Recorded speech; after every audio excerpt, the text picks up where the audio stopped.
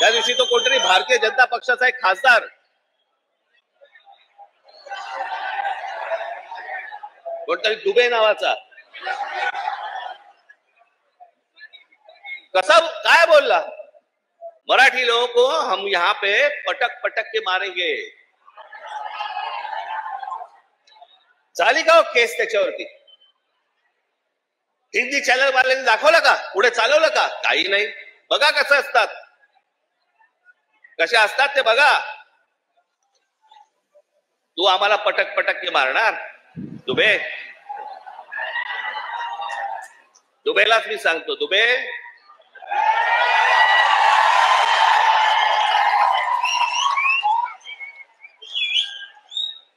तुम मुंबई में आ जाओ.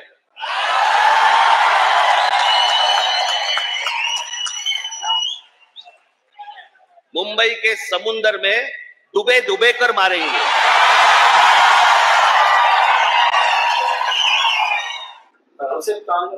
मीराबाईंच्या सभेमध्ये राज ठाकरेंनी भाजप खासदार निशिकांत दुबेंना आव्हान दिलेलं आहे, मुंबईत या बुडवून बुडवून डुबा डुबा के मारेंगे. राज ठाकरे यांचं हे जे आव्हान आहे हे एका दुबेला नाही, हे आव्हान भारतीय जनता पक्षाला आहे. दुबे भारतीय जनता पक्षाचा पुढारी आहे, दुबे भारतीय जनता पक्षाचा खासदार आहे आणि या दुबेचा तीव्र शब्दात निषेध भारतीय जनता पक्षाच्या कोणत्याही नेत्यानं केल्याचं मला दिसत नाही. नाराजी वगैरे कशी व्यक्त करताय? हा, शेंबूड पुसल्यासारखा नाराजी व्यक्त केली. हा, कसली नाराजी व्यक्त करा? तुम्ही मला सांगा ना. तुम्ही मराठी बोलताय ना.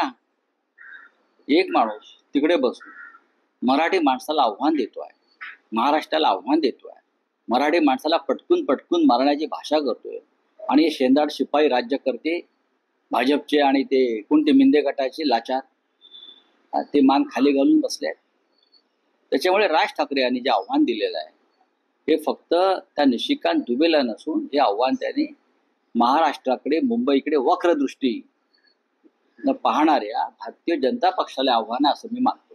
पण राज ठाकरेंनी असंही म्हटलं आहे की हिंदी सक्ती करण्याचा जर प्रयत्न झाला तर याआधी आम्ही दुकानं बंद केली होती, पुढच्या वेळेस शाळाही बंद केली. नाही, ठीक आहे, त्या चुकीचं काय बोलले?